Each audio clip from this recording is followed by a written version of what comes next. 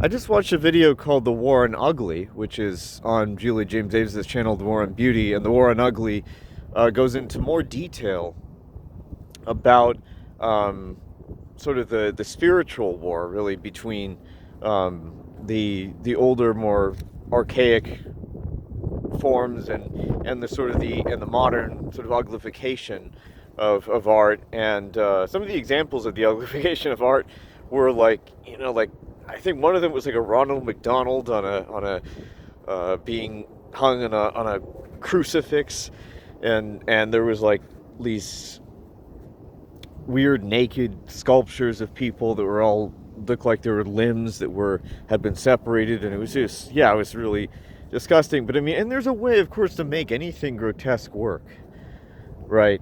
I mean, Tim Burton did it, and Nightmare Before Christmas. But you notice that there's still an underlying beauty, right? There's a sense of craft. I mean, Tim Burton's movies are actually probably some of the most beautiful films I've seen, right? So that's not really the issue.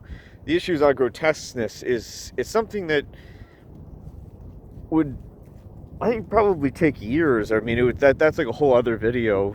It's worth the explanation of what that is, that what the spirit is that determines the difference between grotesque that is artistically viable and a grotesqueness that isn't.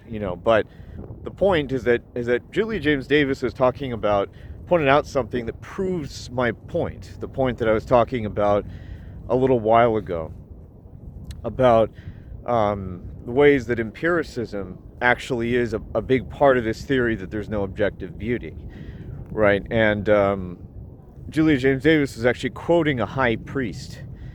Like, a high priest actually said that the whole purpose of the uglification or the distortion of art really was about soul assassination, right? So there is maybe a more cultural kind of moral battle here. It's not just about differences of opinion, and everybody just likes to do what they want. Obviously there's a little bit darker than that, right? But I think the reason why I think the soul assassination point proves that there's some empiricism is that empiricism, as I've explained, is really the belief that things can only be understood through your physical senses, your five senses, right? That anything numinous doesn't really exist. Therefore, so it might give people a sense of meaninglessness. And so that now it makes perfect sense why the issue would start to be analyzed in religious terms. And understanding that I am not a religious person, even. I mean, I take certain religious ideas with a grain of salt. I think they have some values, some truth. That's why I talk about them. But I don't necessarily think that Christianity is the solution. Right. But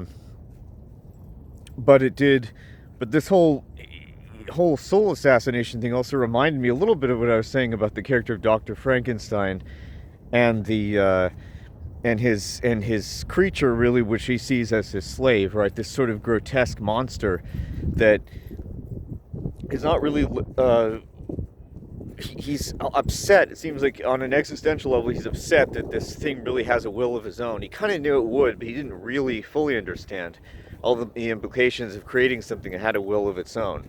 It still feels like it's his property, right? And you see that particularly in the movie, Guillermo del Toro's movie about him, right? And this sort of enslavement and soul assassination